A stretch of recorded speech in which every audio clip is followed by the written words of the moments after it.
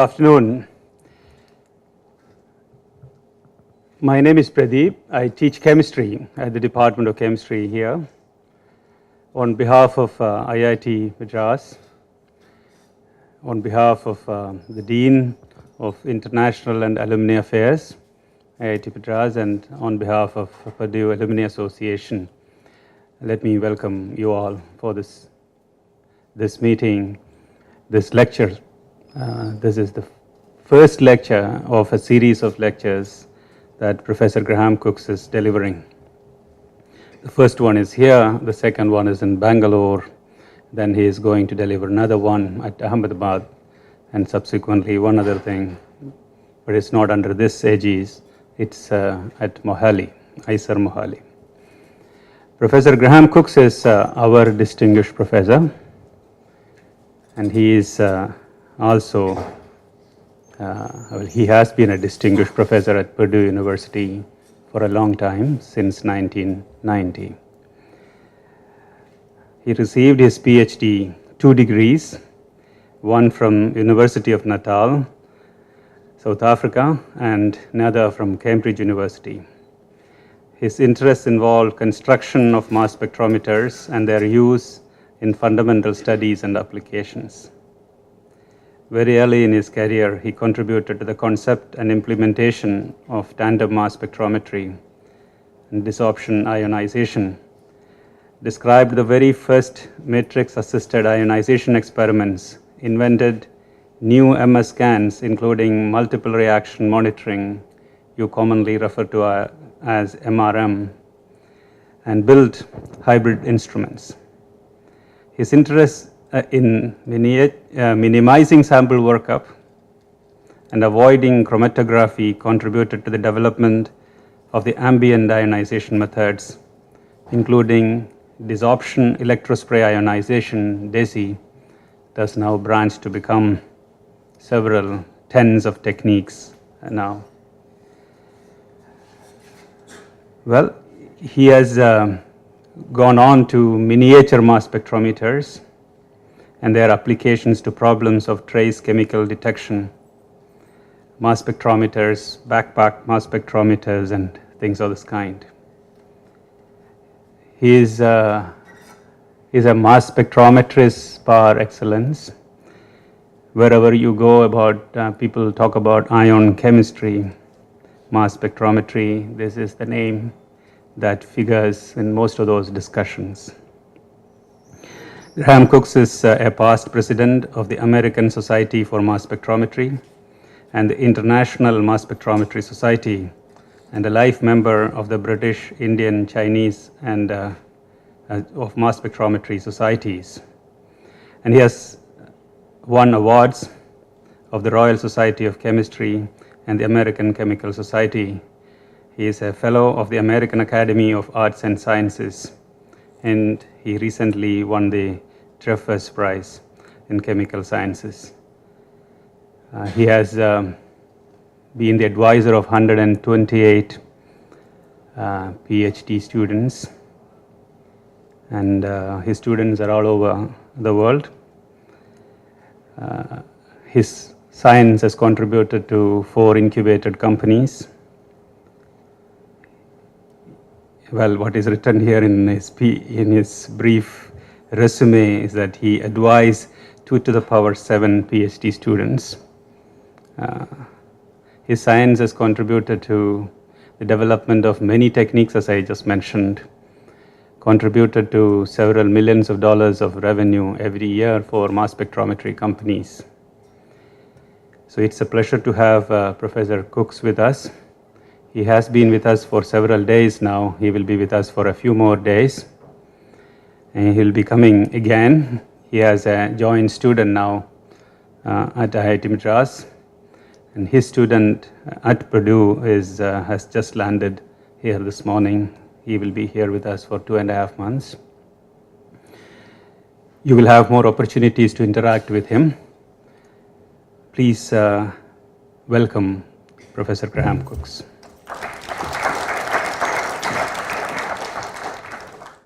So thank you very much indeed for that introduction.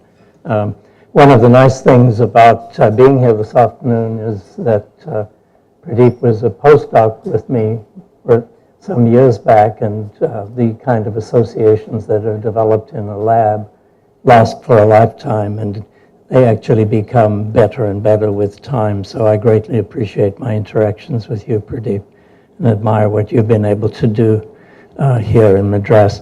I'm also very proud of the fact that I can write my address the way I did, Departments of Chemistry, Purdue University, and IIT Madras. I feel it's a signal honor to me, and Dean, I'm very glad to see you here in the audience. Appreciate that. So what I want to do this afternoon is to talk about the subject of measuring molecules, and I'm going to try to do this in a way that recognizes the fact that not everybody in the audience cares at all about mass spectrometry. That quite a few people in the audience don't care about chemistry, and so I'm going to try and reach as many people as I can in this talk. I'll just start by saying in an introductory way that measuring molecules is something which is part of everyday life for all of us. So we're bathed in a sea of molecules, molecules that we make, molecules that are internal to us, molecules that are part of the fabricated environment. And for all those reasons, we need to know what those molecules are. And this is a huge, complex task, and it's one which up to now has been done in a fairly haphazard and a relatively inefficient way. And those two statements, in fact, are key to the rest of this talk, that I don't think people have measured molecules well at all. And the task ahead of us in terms of measuring molecules is enormous, and we're going to have to become much better at it. And so what I'll try to do is to show some methods that have the potential to make this a whole lot easier than it is at the moment. Okay, so the other thing you'll notice on the first slide is that I've used 3 colors. Of course, there's a white background, so I won't count that. So I've actually used 2 colors. The colors I've used are black and gold, black and old gold. And so at this point, since this is a Purdue associated talk, I'll just emphasize that those are the Purdue colors, and this was not an accident. And given that, the next few slides will represent something of an introduction or a reminder for those of you who have spent time at Purdue about this institution. So there's a little bit of an introduction to Purdue here, as well as the other stuff. So at least this could be interesting to non-chemists. Okay, so this is Purdue University. This is Mike, who just landed, and here he is in the lab working on a mass spectrometer. This is Amelia Earhart, who was based at Purdue and in fact was funded by the Purdue Research Foundation at a time when they had more money than sense to fly around the world. This is a clock tower, obviously, and as our former president said, any institution that doesn't have a clock tower isn't worthy of being a university. So he had more money than sense when he put that up, because all it does is hold a clock. This is another object which holds stuff. This is actually in the engineering building, the main engineering building, and this is the Apollo capsule that was flown to the moon, and it's hung high above. You can see people walking down here. It's hung high up there for, I think, 2 good reasons. One reason is that this capsule flew, and so you need to look up in order to see the capsule. The other reason is if you hang it sufficiently high, nobody can fool with it or paint it or otherwise damage some historic relic. And this is a Boilermaker, which is the school motto, and he's making boilers. Okay, this is West Lafayette, Indiana. It's a tiny town. Most of what you see out in this picture, I think pretty much everything you see is the university. The center of the picture, unfortunately, is where the teams lose most of their games most of the time. which is the football stadium. There's a basketball stadium out here where the scores are usually a lot better. But much more importantly than that, over here is one and over here is a second chemistry building. And most of the rest of the buildings at Purdue are engineering buildings, which I think at IIT Madras is probably what you think there should be a lot of. So in terms of international dimensions, this is the total enrollment. In terms of Indian students, 700 undergrads and somewhat more grad students. International students, 24% of total enrollment. This is a fairly high number, a very high percentage actually, in most places, probably second highest in the US. In terms of innovation and what's happened on this campus over the last 50 years or so, this is the founder of Purdue. His name is John Purdue. And physics for a long time, and then subsequently biology, which is represented here as well, was the centerpiece of attention. So a great deal of important work on semiconductors was done at Purdue. Lark Horowitz is a well-known name. Al Overhauser, a physicist at Purdue, and his name is attached to the nuclear Overhauser effect, which I think people will recognize. Michael Rossman, a virologist who did the first structure of the common cold virus as well as many other viruses and is still going strong in that area. Herb Brown, a synthetic organic chemist who is famous for his work on organoboranes. And one of the most interesting things in the present context about Herb Brown is that almost his entire research group were Indian. He ran a research group which was 90% Indian. I think there was one woman in the entire period that he had a research group, and there were a few Americans. So that tradition continues. Jay Milosh is the scientist responsible for the Deep Impact Probe. We have high-speed biological imaging, Xinjian Cheng, Andy Weiner, who's involved in data cloaking.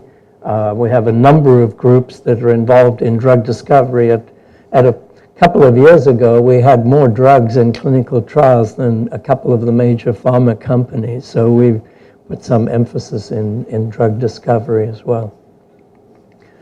Oops, wrong direction. This is our president who visited here a couple of months ago, Mitch Daniels.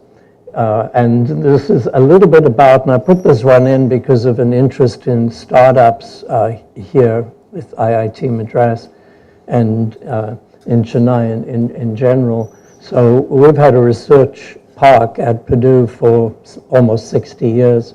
There's 150 companies. Almost all the companies are based on Purdue patents. And in 2014, there were 24 startups and 20 million in new funding. I guess that goes into those startups. 156 patents last year, and the Purdue Research Incubator was the incubator network of the year.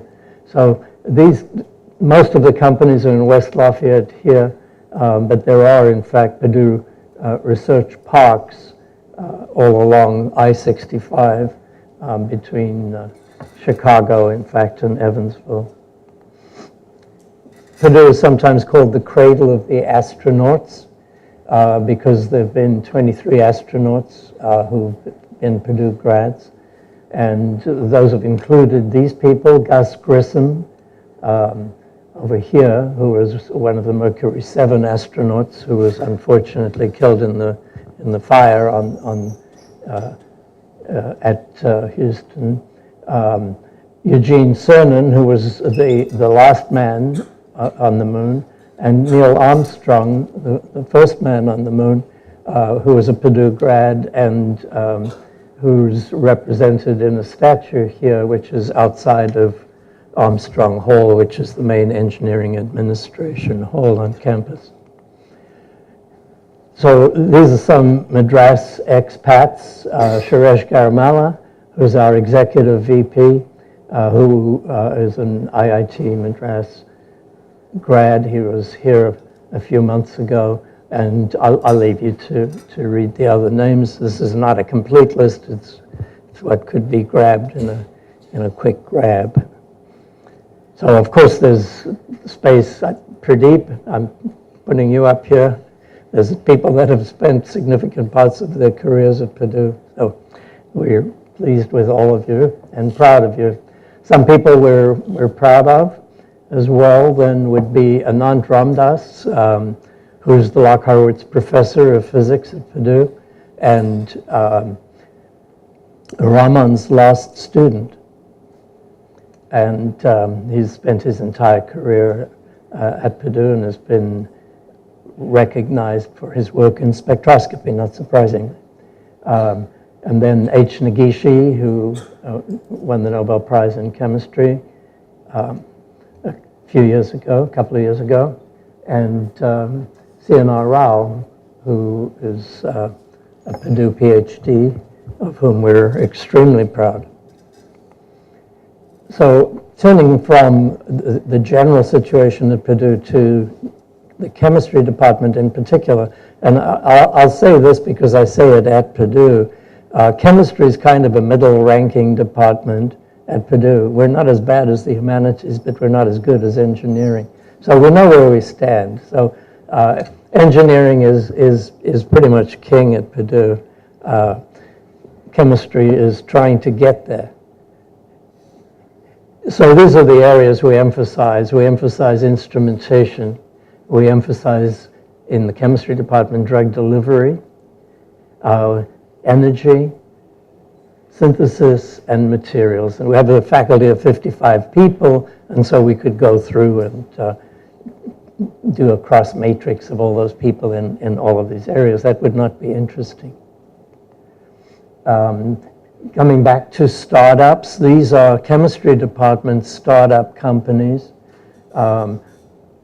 One of them was some time back. All of the rest are actually about a decade or less. And in fact, there's a couple more that I don't have on here. So there is certainly a tradition in the chemistry department. In fact, it's soon to be a requirement for tenure that you start a company. Not quite, it's a joke, but it's going that way. So a lot of people have done it, but there's also serial startup people. So Rainier is a couple of times, 1, 2, 3, Kissinger 2, and so on. And in terms of the size of the department, we may not be excellent, but we're good and large. And we're in fact the largest PhD producer in the United States at the moment, having recently overtaken Berkeley. And then you can see some of these other places that you may recognize as large departments, whatever subject you'd be talking about. What we are good at is analytical chemistry. So we're ranked number 1 in analytical chemistry, and we intend to stay there. The other places, North Carolina, Illinois, and Texas, Austin. Okay, so that's my introduction to Purdue and the sort of the background to what I want to talk about. And I hope I've told you a couple of things that are interesting, but also I hope I've shown you that instrumentation is a key part of what we try to do. So now I'll introduce myself modestly and tell you a little story which will form the basis for the rest of this talk. Okay, so I was a PhD student at one point, and I was given a job by my advisor of taking some plant material, and I've spoken with a number of people here in the last couple of days who are doing exactly that. Here is some plant material, here's some biological material, what's in it? Can you discover what molecules these are? That was my job. But it was done at a time before there was mass spectrometry anywhere except a couple of places in the world. It was done at a time before there were most of the techniques that we rely on now. There was a little bit of UV vis and there was a little bit of IR, and that was all there was in the way of spectroscopic techniques. So if you had a sample that you wanted to characterize, and hopefully it was pure, what you did on the sample is you did chemistry. And if you did chemistry the way I did chemistry, you just made the sample worse. You didn't convert it from A to B, which is what we wrote on the board. A, of course, is an unknown. You converted it from A to B, B prime, B double prime, B triple prime, and so on. So it wasn't a sensible way of solving a molecular structure problem to subject the molecule to chemical reactions, but that's how it was done in those days. And through the skill of chemists, that was sometimes successful. It was actually often successful, but it was hugely painstaking. So my PhD project was this species, a mangrove tree, the leaf of this mangrove tree, actually the bark of this tree. And the question that was asked was, what is it? And if you could find out, you were pretty sure to get a PhD. If you couldn't, you would probably have to go into writing literature, which was really what I wanted to do anyway. So this is where I lived, and I've been back a couple of times, and it's actually picture perfect still, and so I often wonder why I left. And where I proceeded was to get a chainsaw, a biologist, and a Land Rover in order to cut down the right tree, got that tree back to the lab, debarked the tree, got 8 kilograms of bark, pulverized that bark, extracted it with chloroform, and then started to do chromatography. And this was the beginning of my hate relationship with chromatography. So much of my career has been devoted to trying to get rid of chromatography. It's obviously not been successful. Chromatography is doing pretty well. The chromatography was done on a 25 centimeter diameter column, like this, 8-foot column, and we poured literally gallons of solvent, and in the final thing we did the solvent with was benzene. And so it turned out, in fact, that benzene was a really good solvent at the end of a day of working with plant material to get rid of the chlorophyll from your hands. Real men didn't use gloves. You used your hands, and you washed your hands in benzene. And I understand that benzene's tied pretty closely to bladder cancer. So we did that, and in the end I got 1.5 grams of impure alkaloid and proceeded to do this chemistry. Oxidize, took a third of this and oxidized it. Okay, so now it's oxidized. What is it? Well, it was pale yellow, and now it's a pretty deep yellow. And I have no idea how it didn't have a UV that I could see. So then I took another third of it and reduced it. Zinc reduction, zinc dust reduction. No clues at all. Now, so it's the last 0.5, 500 milligrams, a lot of material now. It wasn't a lot of material then. And so what are you going to do to this? I think the only successful thing I did chemistry was to expose it to the pine bark resin test, where you dip it in, dip some pine bark in hydrochloric acid and then hold it into the sample, and you get a particular color if it's a pyrrole alkaloid, a pyrrole. So that worked. So then this guy came and gave a speech on this, which is a birth control pill. This is Carl Gerasi, who had just invented the birth control pill and was popularizing it by going around the world giving lectures on birth control, which were enormously popular in those days for reasons I can't understand now. And so he gave a big lecture at Purdue on steroids and birth control. And in the course of that, I gave a response. One of the students had to respond, and I gave the response to this lecture, which basically said nothing, except made a couple of comments about fighting on the beaches for birth control. That was the theme. In the end, he took back to Stanford a small amount of the sample, and 10 days later, So this involved a flight, the same distance between Natal, South Africa, and Stanford now and then. The speed of that part of the journey was about the same. Of course, mail no longer exists. You can't send a sample by mail. You can't. Of course, you can do email. So the whole thing. Anyway, 10 days I got the structure back. This is the structure.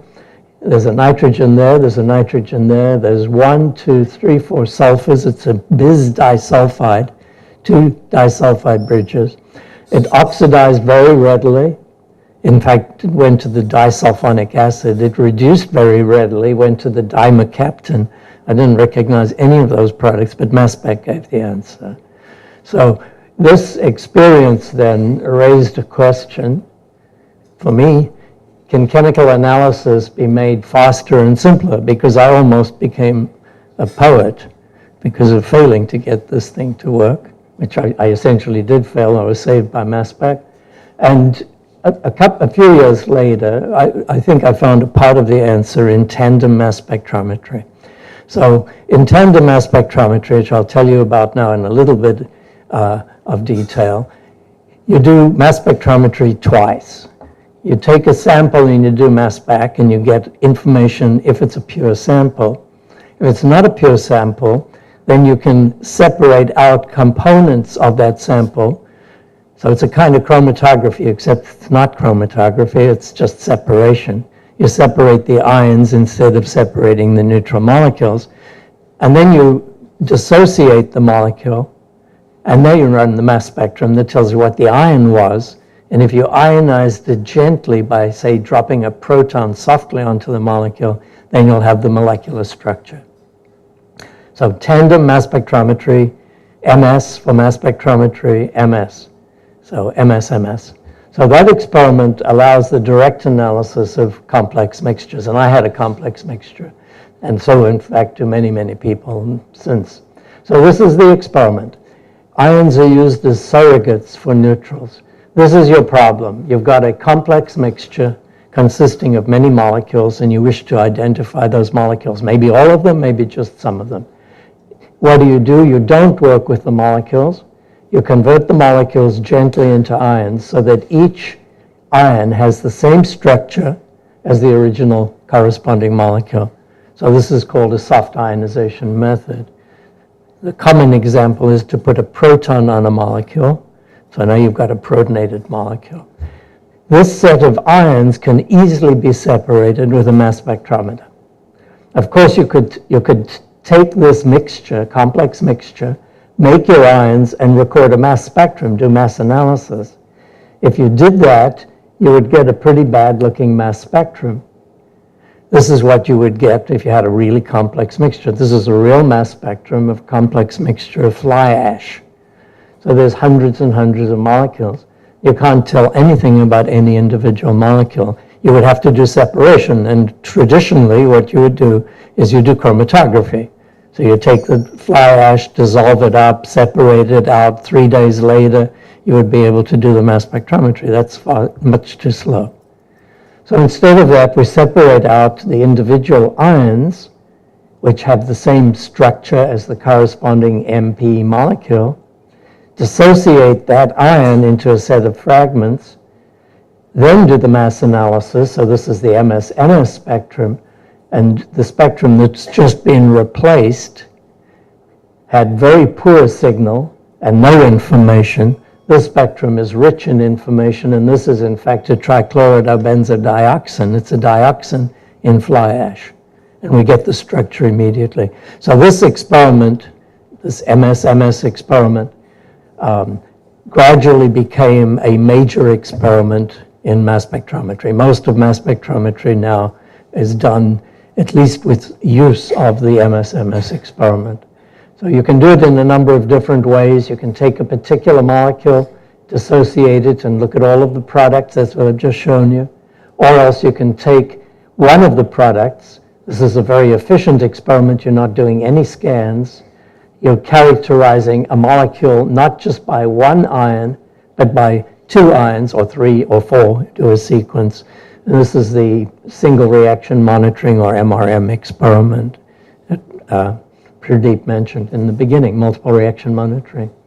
It's a good way of quantifying molecules in complex mixtures.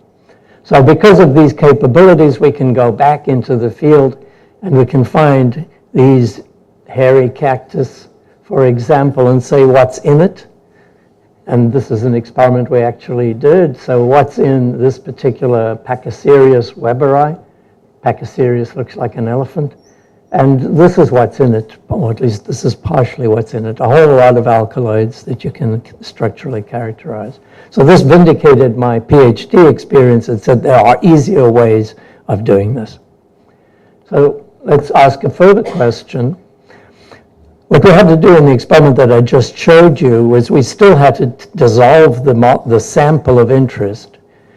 So for example, we took hemlock, the same thing that Socrates used, and tried to look at the compounds in hemlock.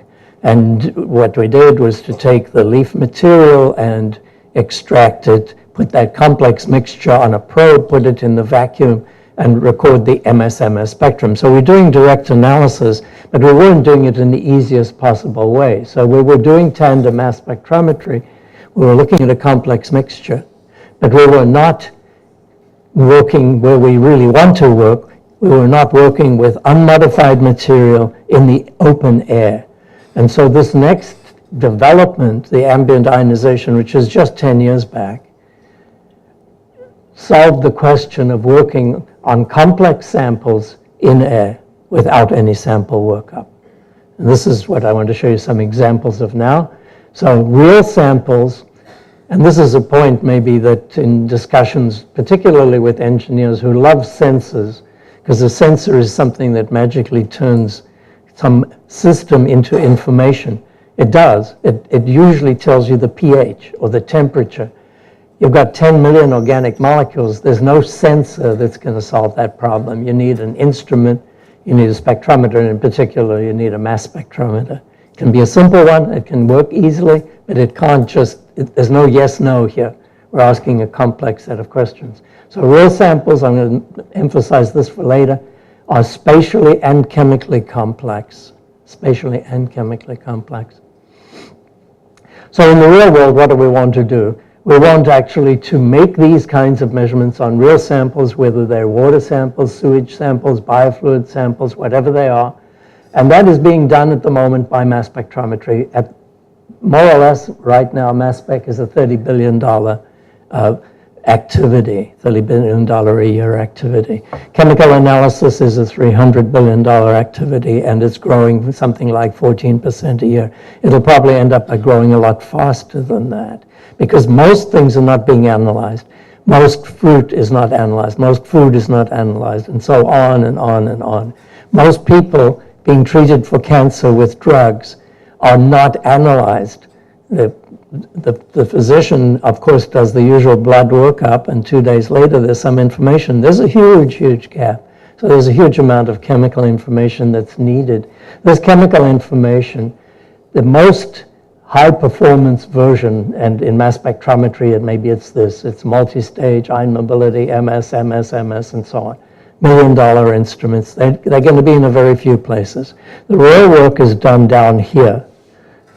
This is where the rubber hits the road. A little chip-based mass spectrometer, clearly something portable, something chip-based, something instantaneous to make the many, many measurements that individuals will want to make that have to be made in all sorts of locations. So this triangle represents the path by which we're going to do the sorts of numbers and quality of chemical analysis that need to be done. So the ambient ionization sources are the answer to this part 2. How do you make measurements on real samples without preparing the sample? And we've developed over the last couple of 10 years or so 3 versions of this, but I'll really just talk about one, this DESI experiment. So the sample, an ordinary complex sample sitting here, is sprayed with solvent, and what happens is that droplet of solvent extracts solution through the splash process, carrying these secondary charged droplets to the mass spectrometer.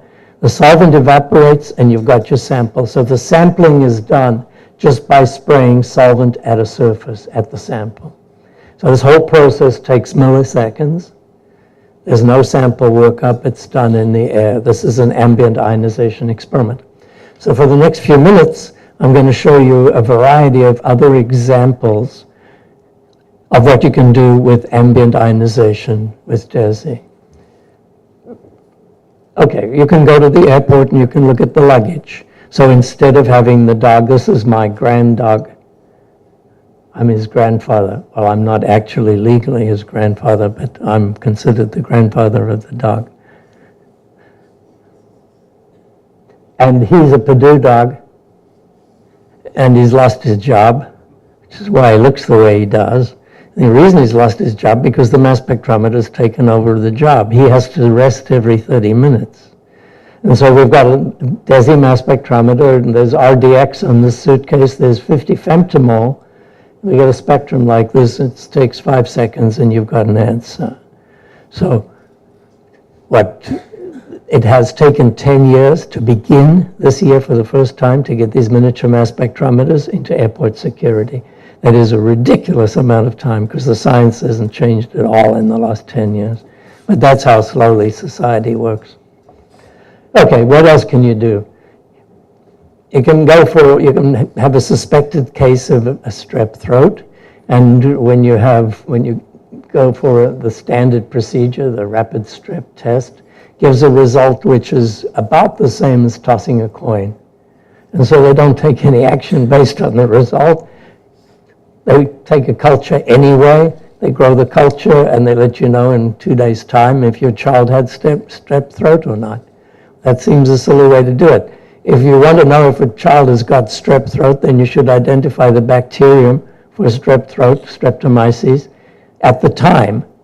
And one way to do that is to use the same cotton swab that's used normally and to put a solvent on that, hold it in front of a mass spectrometer, and you'll get a pattern which is characteristic of streptomyces or not characteristic of streptomyces. Is yes, no. Or else you can consider another example. If you go to Holland, one of the places you'll probably visit is a coffee shop, or certainly if you go to Amsterdam. Coffee is a misnomer in this circumstance. They don't mean coffee, they mean other drugs. And so if you go to a coffee shop and then you start driving in Amsterdam, you will probably be stopped, you might be stopped for random drug test. And the new Dutch law requires that there be 9 compounds that you meet certain level of in terms of the cutoff level in nanograms per mil. This is ppm. And these, I'm sorry, this is ppb. These levels are whatever they are. It's 50 for all those compounds, 20 and 3 over here. And we're using this experiment that I'm telling you about. You don't have to know too much more about the experiment to solve this problem. So here are the solutions. LOD, the lowest limit of detection, well below 50, below 20, and below, well, we just about hit it, 3.53. And the relative standard deviation is perfectly acceptable. So this is not a qualitative experiment. It's not an experiment that says, well, okay, maybe you got it, maybe you don't have it. It's probably going to work out to be legally fully allowed. So this is done by an experimenter called paper spray, and it's working out very well. And what does it involve? It involves taking 5 microliters of solvent on top of 12 microliters of blood. So this is a test of blood, which is much more reliable than urine. How much blood? 12 microliters. 12 microliters? What do you usually take when you go and have blood taken? 12 milliliters, yeah, more like. So it's a pinprick, in other words. Let's see if there's any more. If you go to the grocery store, one of the things you may want is you may want organic vegetables. How would you know? The non-organic vegetables and fruit is much cheaper, so why don't you just buy that? Well, if you do mass spec on this, and if you do this ambient ionization mass spec, and you sample the organic material. This is the mass spectrum. There's lots of compounds on apples, for example. The non-organic, there's extra compounds. So you pay less and you get more. You get thiobendazole, imazolol, and in fact a couple of other agrochemicals just thrown in. And you can see them immediately, and you can confirm them, and you can quantify them, and this is all in a few seconds. There's another one that you may want to do. If you're concerned with the quality of petroleum in a high, large distance transmission line, you've got crude oil going through a line, and they protect the stainless steel. These are these huge transmission lines that run across Saudi Arabia and other places. They protect the steel by throwing in organic compounds, quaternary ammonium compounds. One is shown here. And they have to test whether the quaternary ammonium compound is still present after some period of time. Otherwise, the steel corrodes, the oil corrodes the steel, and you've got the petroleum running into the desert, which is where it came from, so maybe it should really go back there in any case. And so how do you find out? You take a drop of the petroleum and you put it on a piece of paper, you apply a voltage, you record a mass spectrum. This mass spectrum tells you that there is quaternary nitrogen compound, tells you how much there is as well. Well, the last example, this is work we did with Pradeep and Hemanta, looking at camptothecin. So this is the classic case, complex mixture. What do? You're going to do MS-MS, we already know that, but you're also doing ambient ionization, these two things. So you just spray against the bark and you get a mass spectrum. This first mass spectrum doesn't tell you too much, but certainly when you take MS-MS, you get characteristic information and you can identify this compound. And then the last example, looking at therapeutic drugs in blood, people undergoing cancer therapy, imatinib, for example, for liver cancer. This is, you need to get the blood levels in this range, this therapeutic range, and those measurements are not made because it takes too long, so they just give the drug and wait for the patient to respond or not respond, or to have an incident, and then they turn on all the lights, they run in, and they try to revive the patient. This is just normal, everyday cancer, anti-cancer drug therapy. It could easily be done by monitoring that blood with paper spray experiment all the time. Okay, so here we are. We've done ambient tandem mass spectrometry in order to make chemical analysis simpler and faster. We've done ambient ionization, simpler and faster. Is there anything else that we should do? And my last section really deals with what else we should do, because a real sample is going to require direct analysis because it will be a complex mixture. A real sample is going to require ambient ionization because you want to examine it where it is in air. And a real sample is going to require imaging because it's spatially diverse. So you need the spatial information that's necessary to describe an actual real sample. So real sample, spatially and chemically diverse, and sensors don't cut it. Okay, so here's a real sample. It's a drawing of a cat on a pillow, or photograph of that thing, and we're going to try and analyze the cat on the pillow. So we're not going to do chromatography because we would dissolve the cat. And we're not going to do spectroscopy because we already did it. This is the spectrum, this is the spectrum, this is the picture of the cat. So what are we going to do? We have to do mass spec. That's the only way to find out anything about this cat. So we take a mass spectrum in the tail, we take a mass spectrum on the ear, we take a mass spectrum on the snout, we get all these different mass spectra. Each mass spectrum's got all the information on all the chemicals on the tail, all the chemicals on the snout, all the chemicals on the ear. We can reconstruct that and draw a picture of the chemical 443, whatever that chemical is, and then show in false color the distribution of that chemical. You can guess that chemical was red, so this is a red dye that was used in the painting, but there could be lots of other colors in this. You see the point. And then we can represent the cat in false color, and then we've transferred information from stage to stage to stage. So there is the picture of the house or the cat or whatever it is, and we're doing this DESI experiment, spraying point by point by point, grabbing a huge amount of data, reconstructing that data, and learning all there is to learn about that sample. Well, we could do it on a fingerprint. Here's a fingerprint. This is an ink print. Here's a real fingerprint, because there's nothing to see. It's a latent print. So there's a distribution of whirls and swirls here, which you can't see unless you do an experiment like this DESI experiment. When we do the DESI experiment and plot the results for one chemical, we see this. We may also have another chemical which is only on the tip of the finger and so on. We can see all that information. That was, by the way, in CSI. Somebody was saying before that CSI doesn't work like that. Well, in this case it does. You can hold the latent fingerprint under the DESI and you get the answer and you identify the suspect, as they say. Okay, so what we get out of this is we get a lot of information, but we need to process that information by all the methods. I'm thinking of engineers. I'm imagining you're all engineers. So we have all these methods of processing this information. And so we do training sets, test sets. We've got a model. We do the validation. We correlate that, and we end up by this tissue, we say by definition has to be normal, and this has to be abnormal because of what we've gone through with some independent method. Okay, so we now come to the heart of the matter. We've got these set of experiments that we can apply to a worthwhile problem, so we're going to try to do that. What's a worthwhile problem? It's brain cancer.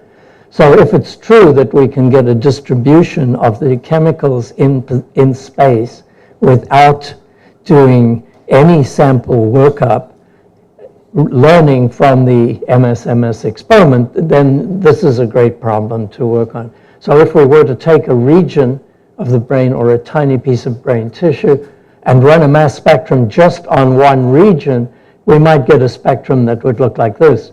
And this looks exactly like, not exactly, looks like some of the lipid spectra that we were looking at earlier today with some of Pradeep's group members. There's some lipids over here. This is, for our purposes, these medical purposes, this is just a pattern. It's a pattern which is similar or dissimilar to a whole lot of other patterns, which an expert, a pathologist, tells us that's a particular kind of brain cancer. It's a particular stage of the disease. If we take a section of tissue and repeatedly take mass spectra, we can look at the distribution of a particular compound. This is phosphatidylserine compound, and it's high in the cancer and it's low in the normal. But we're not trying to distinguish cancer and normal based on one molecule. There's no such thing as a silver bullet. So what we can hope for is to use the distribution of a number of different molecules in order to do the diagnostics. So here's the experiment taken a little bit further. This is an H&E stain, the kind of stain that's used for biological tissue. And this is a surgical sample. It's astrocytoma type of cancer, brain cancer grade 4. It's a high grade. And there's heterogeneity here, and there's also in this particular spectrum here, we see a difference. There's a large area in which there's 750, and there's an area where there's none of that iron. There's an area here where there's 788 and none of that iron. But we're not going to try and interpret that way. We're just going to look at the entire pattern and base it on comparisons with libraries. Okay, so this is a story that's involved a collaboration with the Harvard Medical School, Natalie Agar and her colleagues. This is the surgical suite at Brigham and Women's Hospital in Boston. This is the surgeon that we worked with. This is how they do this kind of brain surgery, but mostly by using high-quality optics and looking at screens all the time. The patient is usually awake in these surgeries so that the patient can guide the surgeon in terms of critical areas. And the complexity comes from this. There's 125 types of brain tumors. They're difficult to diagnose. It's easy to use MRI and to say there's a tumor. That doesn't say very much at all about what type of tumor there is. And survival is low, as most people will know. There's a great deal of remission, many cases, substantial fraction of patients undergo remission in a couple of years. And the critical decisions are made during the neurosurgery. So what's needed? It's intraoperative diagnosis of tumors and their margins. It's all the things we've been talking about for silly problems like drugs in Amsterdam, applied to a real problem, and a real decent sized problem, which is this brain tumor problem. So you need these diagnoses, you need them instantly, or at least you need them in a very short period of time. So I went to one of these surgeries, and I can tell you it took 20 minutes to get, during the course of one of these surgeries, a 4-hour surgery. Well, there was preliminary stuff I wasn't for, so probably 6 altogether. One experiment is done. Everything else is just experts doing things that they're expert at, like guessing. That we'll take a little more tissue over here, we'll do this over there, finding out which regions of the exposed brain correspond to critical centers by having the patient say, can you, if I stimulate in this region, can you feel it? Putting pieces of paper on the brain to mark left finger, right knee, little colored L, F, R, N. The brain has got these little pieces of paper on it. This is an area that is badly in need of medium tech science. It's got high tech optics, it needs medium tech science, and it needs it really quite quickly, and it's probably going to come quite quickly. So this is Natalie. This is the grad student, Olivia Ebelin, who was involved in a lot of this work, and Alison Dill, who worked actually prior to Olivia doing some of the preliminary work before we got as far as getting into the hospital. So these are mass spectra, which nobody cares to look at except the half a dozen people here who love mass spectrometry. And these are different grades. I'm sorry, they're different subtypes in the same grade of astrocytoma. And there are differences here which we can't make sense of, but which a pathologist can make sense of. But what you can see, a mass spec person, and anybody can see there's differences in these distributions. These are highly reproducible spectra. They're the same every time. And so you can compare with a library, you can get answers that are reliable. And that's shown here. This is using a classifier, dividing them up into different types of astrocytoma, oligodendroma, and so on, in grade 2, grade 3, grade 4.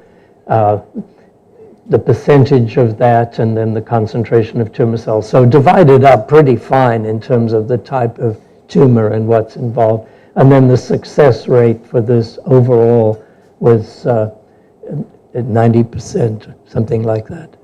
And in fact, some of the errors may well have been the pathologists who don't always agree with each other. So this got to the point where you could take a region of interest in a section. So this is the tissue section.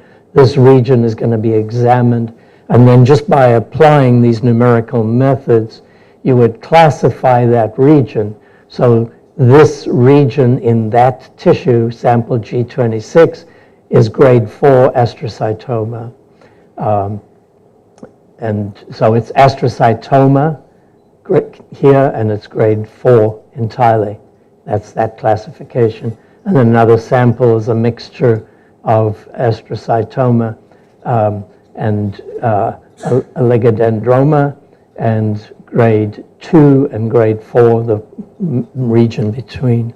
So in practice, what's happening now is that during the surgery, you can take, the way they take a sample to go to pathology is they take a smear, they smear it between glass slides, send it over to pathology. 20 minutes later, they get a phone call on a single sample. So we can put a mass spectrometer in the surgical suite and do that experiment as often as the surgeon has a question. So the surgeon will actually do the mass spectrometry because all it involves is taking the section, tiny little piece that he's asking or she's asking a question about, putting it on a glass slide and then spraying it and doing the comparison automatically with a library of spectra. Okay, so that's enough of that. This is looking at different regions inside the skull, and these are little samples that have been taken and analyzed the way I just mentioned. So the last statement I'll make, because I think it's getting late, if we're going to be serious about doing the molecular measurements that need to be done, then we can't take samples back to the lab. So what I've been talking about is putting a mass spectrometer in the surgical suite. That's true in the airport, that's true in the hospital, point of care, it's true almost everywhere.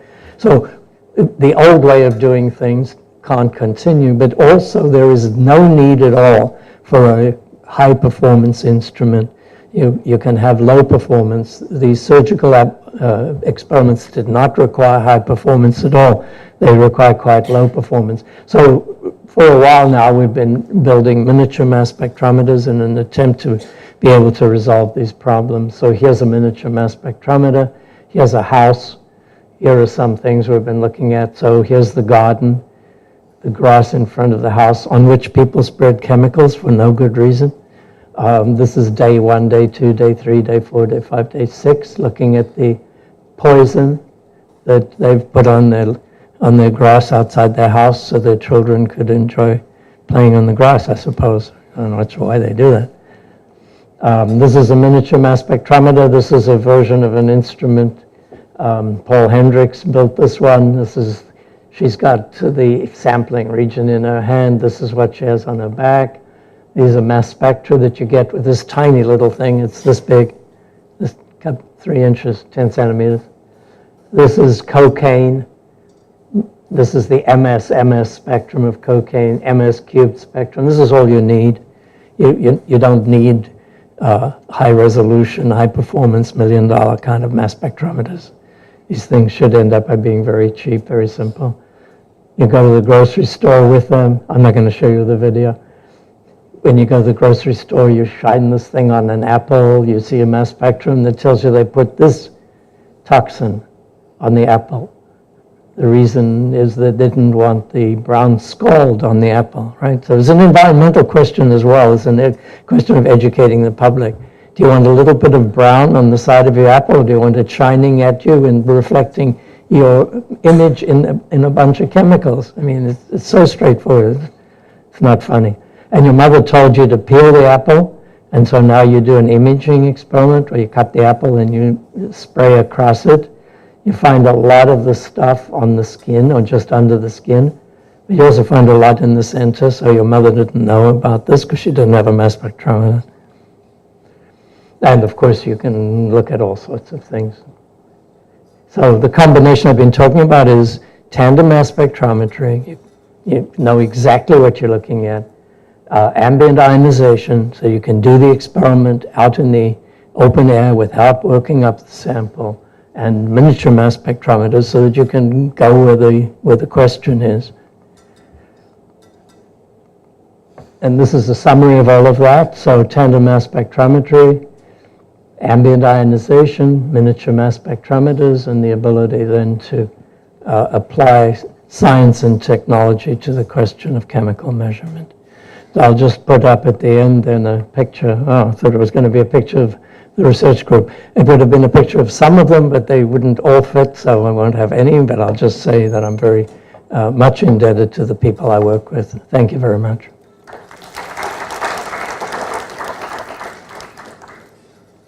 You might have some questions.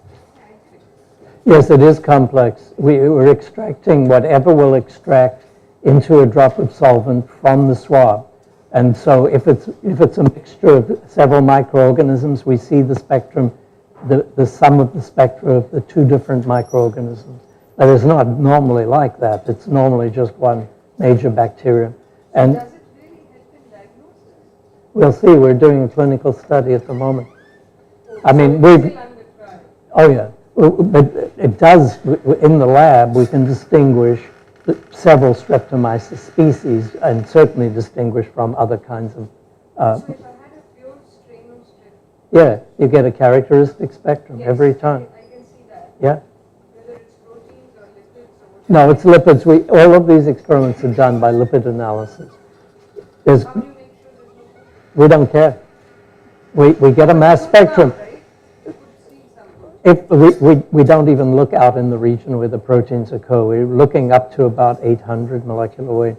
So the proteins are not there, but they actually don't come off. We're basically, the solvent is an organic solvent like methanol water.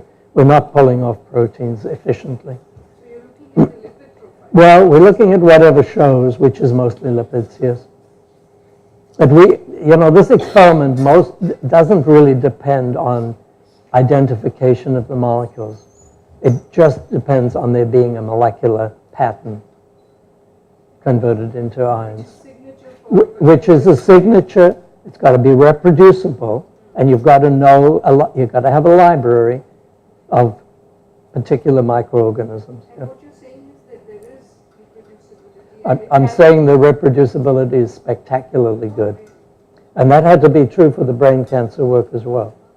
Otherwise, this experiment wouldn't work. What about proteins?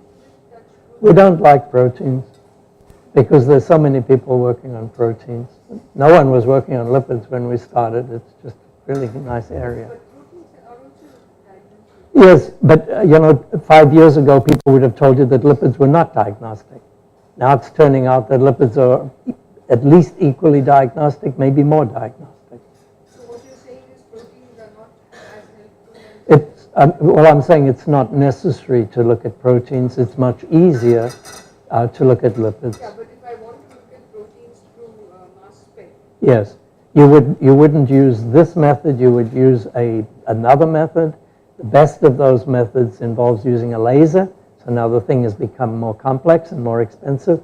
And you would use a matrix. You'd use the method which is called MALDI, matrix-assisted laser desorption. that is it. That's it, Nothing simpler than that. not for protein. Thanks. Oh, lowest depends on the molecule. Depends entirely on the molecule. So this is a game that people play, and you end up by reporting the best that was ever found. It's like, Everest is 29,002 feet. So you report that. It doesn't make any sense. Most mountains are not 29,002 feet. So I think it's very misleading to give numbers like that. I'm not trying to cop out. We've done adagrams, but it doesn't mean very much. Shout. Go ahead. Behind. Can you tell me what kind of solvents do you use? Is it solvent specific, say for tissues or? Yeah, the tissue work was originally done with a mixture of methanol and water. So these droplets actually are moving with reasonably high velocity, 100 meters a second. And that was causing some physical damage to the tissue. And we wanted the tissue to be undamaged. And so we started using organic solvents. There's several of them that can be used. DMF, for example, with appropriate mixtures. And those actually lift off, the lipids give the same spectra, but you can then take the tissue and pass it on to a pathologist, and the pathologist won't see any morphological differences. In other words, it'll be undamaged, quote, undamaged tissue. We're using lipid profiles to identify complex systems, which include systems which are bacteria, just tissue and the health state. We're using those profiles also to look at compounds in blood, for example. Yep. No, it's not just healthy and diseased. In the brain, I showed you some cases where we were able to tell the stage, the grade of the disease. So it's not just black-white. By no means is that the only thing we're doing, healthy and diseased. We can do much more subtle. And that's because there are reproducible differences between the profiles. Well, one thing that you didn't talk about was the synthesis. Yes. Would you like to? Yeah, you want to wait another hour and I'll just tell you about this. I didn't talk, well, because it wasn't time. In those droplets, if you provide a mixture of two compounds, for example, I'll take an example from work in Pradeep's group that was being talked about today. If you do a shift-base condensation reaction, if you take an aldehyde or a ketone and an amine, you can form a complex and then you can dehydrate and you've got the imine. So that's very simple, straightforward organic chemistry. And those reactions can be done, for example, in an undergrad lab by taking this mixture in the usual way. Well, what you do is you put on a white coat and then goggles, and then you feel a bit more like a scientist. And so you stand by this bench and you turn on the heating system. Used to be a Bunsen burner, it's not allowed anymore because you may burn something. And you cook this thing for an hour. This is why organic chemists' cars or bikes or motorcycles are usually outside of chemistry buildings long after everybody else is gone, because they do nothing most of the time. But the reaction is doing itself, and so they need to be around. And so they got into this habit of spending 18 hours a day, quote, working.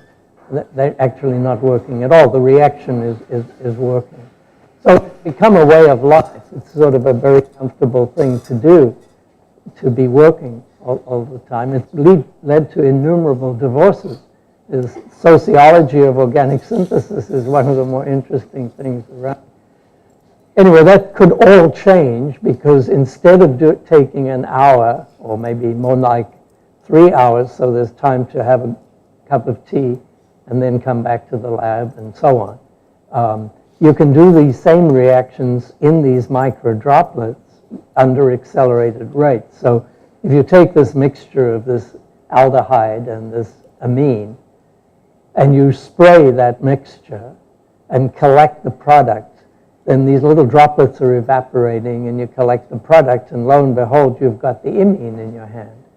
And if you do that on a time scale of a few milliseconds, you've gone up by a factor of 10 to the 3 or 10 to the 4 in the rate of reaction.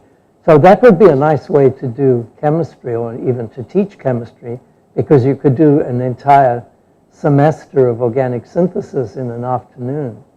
And you would learn a whole lot of chemistry while you did that, and you would not pollute. This is what he wanted me to tell you, that you would not pollute anywhere near as much as being polluted right now, and you would use much less in the way of chemicals. So all of these reasons. But the bottom line is, yes, you can synthesize milligram scale quantities of lots of simple organic chemicals, and we've tried this out on undergrad labs, and the students like it because it's quick. Without coats. Yes. Yes, you don't have to wear the white coat either. Sorry? No heat. It's actually, things get cold. As you spray, it evaporates, and so cooling occurs. So there's no heat. The rate of reaction goes up in spite of the cooling.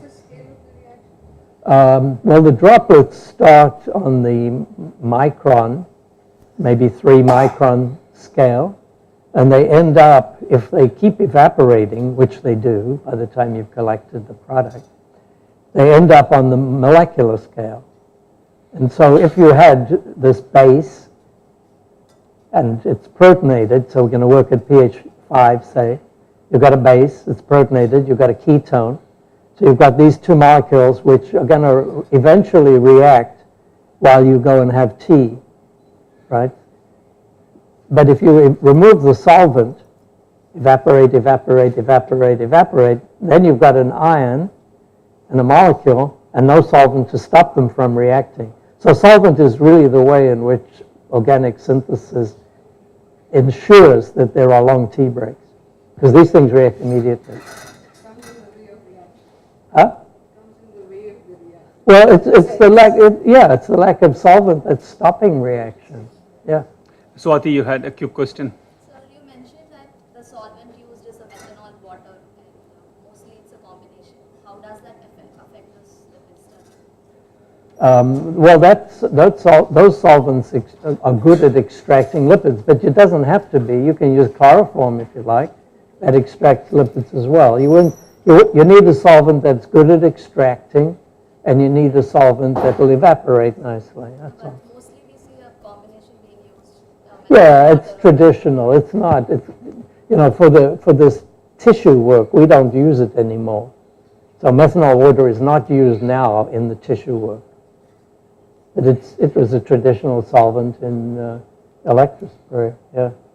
Well, what Professor Cooks did not talk about was this long journey of what he talked about from synthesis, from isolation of a compound by cutting a large trunk, extraction, followed by chemical analysis to mass spectrometry.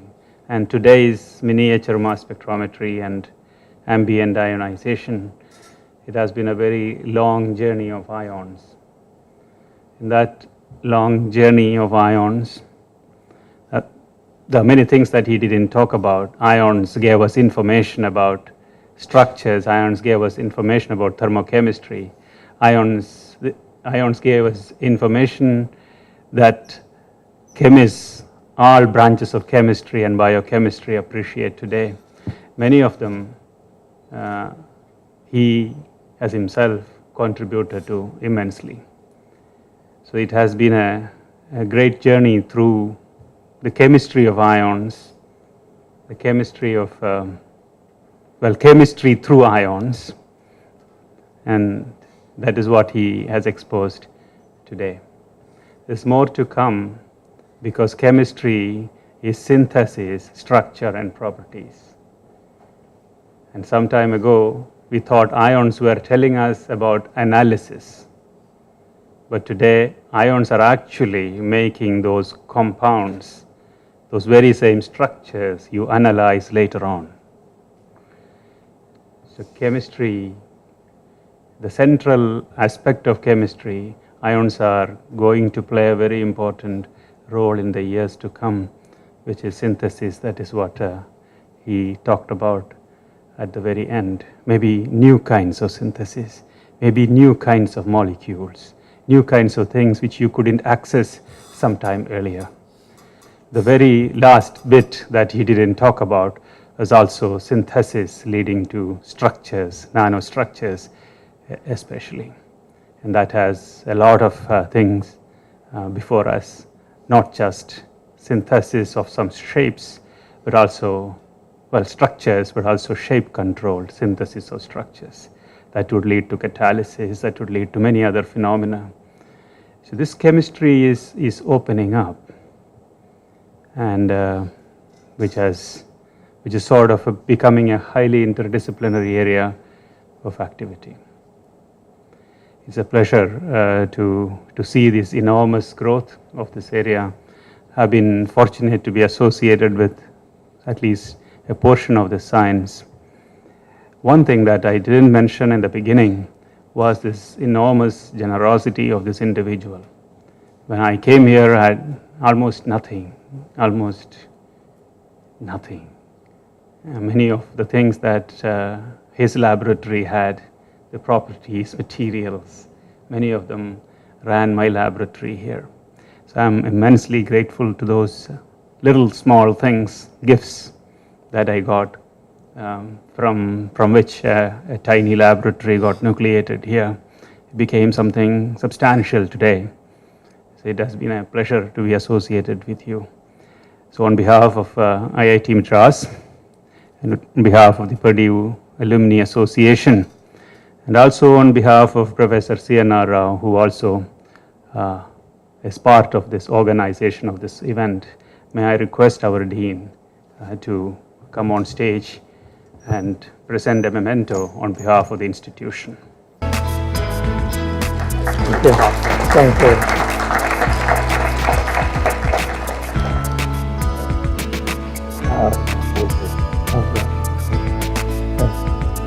Thank you then. Thank you all.